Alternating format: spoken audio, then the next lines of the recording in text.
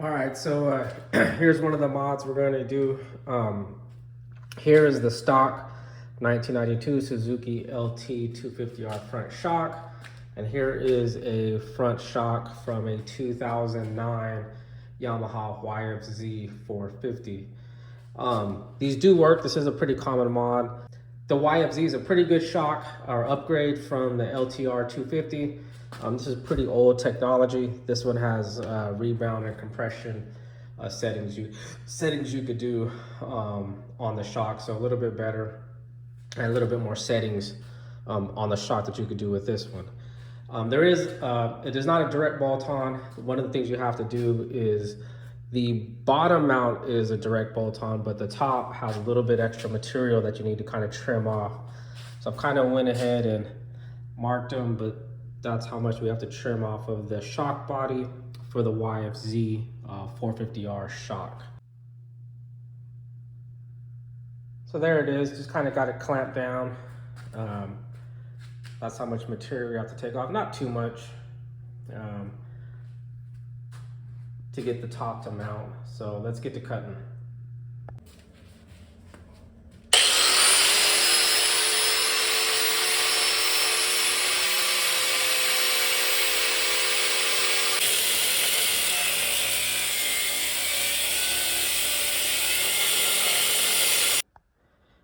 I'll go ahead and get this file down and get it nice and clean and pretty.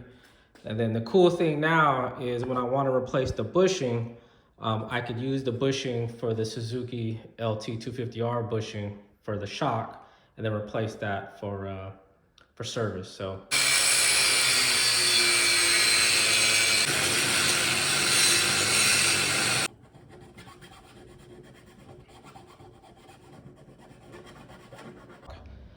So not too bad, fits pretty good. I'm gonna have to do some cleanup up here, get that cleaned up and get that looking nice and pretty. But there it is, dry fit, came out pretty good. It's a 2009 YFZ 450 shock. All right, so got the shocks all torn down, all the pieces apart. Here's the shocks, got them nice and cleaned up. Wasn't too hard. A couple of tools. You need a little brush, little wire brush, a pick to get into some of the tight spots, screwdriver. Break these down. I got them all cleaned up, so they're just drying off right now. There's the springs, probably gonna sand and paint the springs here in a little bit. I had a little problem getting the lock nuts off of the thread, like it was seized on there. These have been on there for a while. So what I did is shoot it with a little PB blaster or penetrant oil, let it sit there for a couple hours, and came back and whacked at it with the hammer. Finally broke loose, but it did give me a little bit of problem, but finally got them broke loose and torn down. So got these all taped off. Everything taped off, pretty good to go.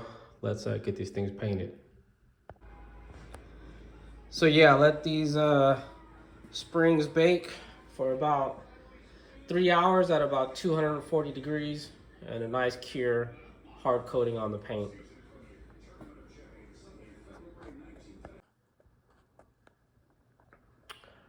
All right, so got everything cleaned up. Shocks came out good. Springs came out good. I don't need them perfect, just kind of add a little bit of flair to the shocks, that's all. Didn't really do a whole rebuild on them, just bought some new bumpers. The seals seem good, they're not leaking or anything. So I'm gonna run these stock springs for a little bit, see how well I like them, and if I need to make any adjustments, get a hold of Race Tech for some new springs, or maybe even some new valving for the shock bodies. But that'll be more or less down the road. We'll see how these shocks work for now before I make any adjustments to them as far as revalving or springs. So there's everything broken down. We'll get these put back together and see how these things look on the bike. I'm trying a new paint. This is called Alumahide. It's a semi-gloss black. Pretty expensive paint. This paint is actually used for painting guns and rifles.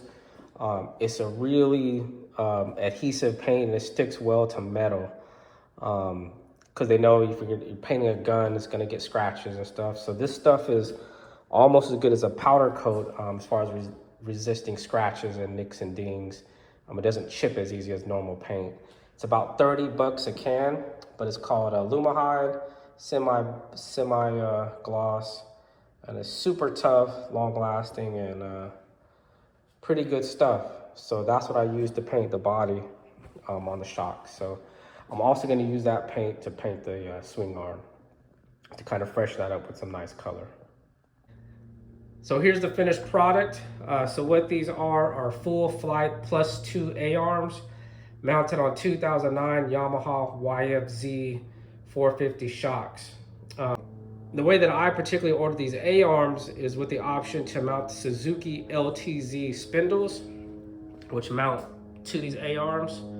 So those are Suzuki LTZ 400 spindles, which then allows me to use the Suzuki LTZ 400 hubs, which has the exact same bolt pattern as a Honda TRX 250R, Suzuki LTR 450, and TRX 250R is a really common bolt pattern, which then allows you to use these kind of wheels, which are carbon fiber front wheels, because these are a really common bolt pattern. So if you order these A-arms with the LTZ spindle option mount, you can then upgrade to a really common bolt pattern. So again, these are +2 full flight A-arms with heim joints all the way around. There's the Suzuki LTZ 400 spindle, and these are the 2009 Yamaha YFZ 450 shocks. So the cool thing with these is allows you a lot of tunability over the stock shocks. You do have the rings. You can adjust your preload, which you can adjust how your ride height, how you want them, how stiff you want the springs. You also have compression adjustment down here, which this has 27 clicks between soft and firm. So 27 clicks. I backed it out to the softest +7, and we'll see how that goes. And then your rebound adjuster is up here. This adjusts how fast you want the rebound in the shock. So this one has 22 adjustments. I have it set at the softest +7, so I'll probably be playing around with that a little bit more as we get to riding this thing. So I have the preload set to the maximum height. The more you scrunch it down, the stiffer the spring gets. So if you're into like MX and all that kind of stuff, you'd obviously want this tightened down a lot so you can stiffen up the front end. But I want mine really plush up front. So that is that setup. Plus it has the +2 tie rods to account. So I haven't done any kind of alignment, anything like that. Just kind of got everything hand tight, but that's the way it is. These shocks are pretty good shocks. You can send these out to any shock place, and they'll rebuild these with new gold valves and a lot of options for springs and that kind of stuff. So you can really make these shocks perform really well, and that's kind of one of the main reasons why I got them. Here's the stock shocks. There's no preload adjustment up front at all. You're kind of set to where that is. You have this manual kind of weird twister thing on the bottom, which allows you to adjust preload, I think, from the bottom, but you have no compression, you have no rebound adjustments at all. So really old school style shock. They do work well, but old school style shock. So I'll take this this mod pretty easy. All I had to do is modify the top and got it in pretty easy. So it's I'm pretty happy with it. Just kind of sitting out hand tight. I'll start tightening that thing down here in a little bit. So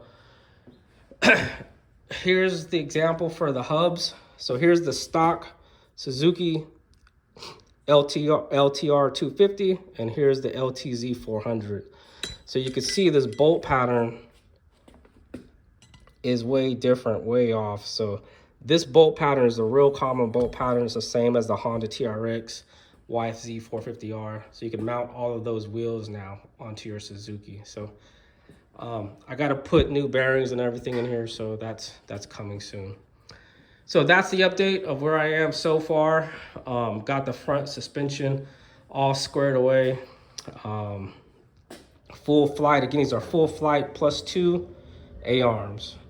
I'm a little bit worried about the bottom because I ordered these for the LTZ spindles, but it's kind of making contact right here. So I might have to cut, a 1/4 inch off of this back so it doesn't make contact with this jam nut. So we'll see about that. I'm a little worried about that. I don't like that sitting like that. So we'll see what's up with that. When I put the wheels on, and maybe I will have to trim a little bit of that off. And then the next thing I'm gonna do is work on the rear end. I do have some tricks up my sleeve for the rear end, and I'll start working on that soon. So let me know if you have any questions.